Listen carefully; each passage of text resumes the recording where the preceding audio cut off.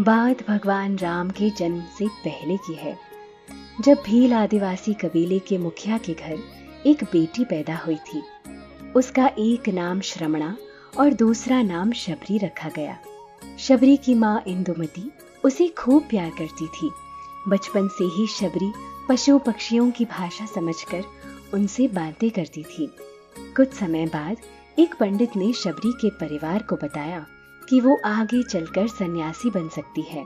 इस बात का पता चलते ही शबरी के पिता ने उसका रिश्ता तय कर दिया। जैसे ही शादी का दिन नजदीक आया, शबरी के घर वालों ने खूब सारी बकरियां और अन्य जानवर घर के पास लाकर बांध दिए। एक दिन शबरी की माँ जब उसके बाल बना रही थी तो उसने माँ से पूछा, इतने सारे जानवर हमारे घर क्यों लाए गए हैं? माँ ने जवाब दिया, बेटी, तुम्हारा विवाह होने वाला है, इसलिए हम लोगों ने इनका इंतजाम बलि के लिए किया है। तुम्हारी शादी के दिन ही बलि प्रथा होगी और फिर इनसे स्वादिष्ट भोजन बनाकर सबको परोसा जाएगा। यह सब सुनकर शबरी दुखी हो गई। काफी देर तक शबरी ने उन जानवरों को आजाद करने के बारे में सोचा। सोचते सोचते शबरी के मन में हुआ कि जब मैं ही नहीं रहूंगी तब न विवाह होगा और न ही बलि प्रथा। इससे मासूम जानवर बच जाएंगे।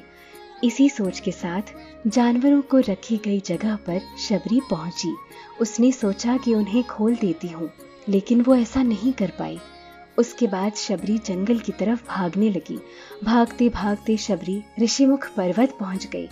वहां करीब 10,000 ऋषि रहा करते थे। शबरी को लगा कि वो भी इसी जंगल में किसी तरह ऋषि मुनियों की सेवा करके अपना जीवन जी लेगी। वो चुपचाप उसी जंगल में एक हिस्से में किसी तरह से रहने लगी। शबरी रोजाना ऋषि मुनियों की झोपड़ी के आगे झाड़ू लगाती और हवन के लिए लकड़ियां भी लाकर रख देती। ऋषि मुनियों को समझ नहीं आ रहा था कि जंगल में उनके काम अपने आप कैसे हो रहे हैं। एक दिन शबरी को किसी ऋषि ने देख लिया। उसे देखते ही उसका परिवार पूछा।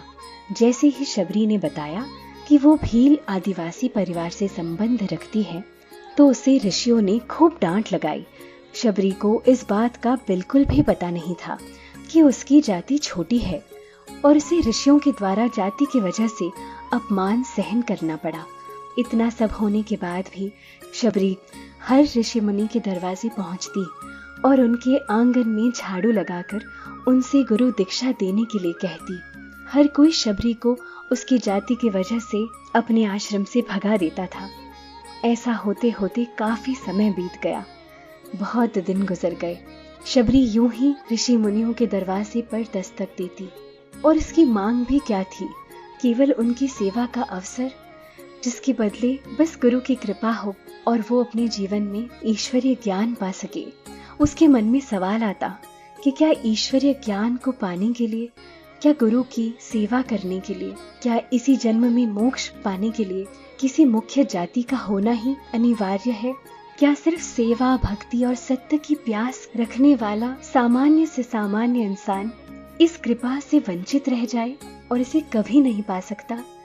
आगे क्या हुआ, यह जानने के लिए शबरी की कहानी का अगला भाग सुनना होगा। शबरी के जीवन का उद्धार कैसे हुआ, यह जानने के लिए, इसके पीछे की कहानी जानने के लिए भाग 2 अवश्य सुनिए।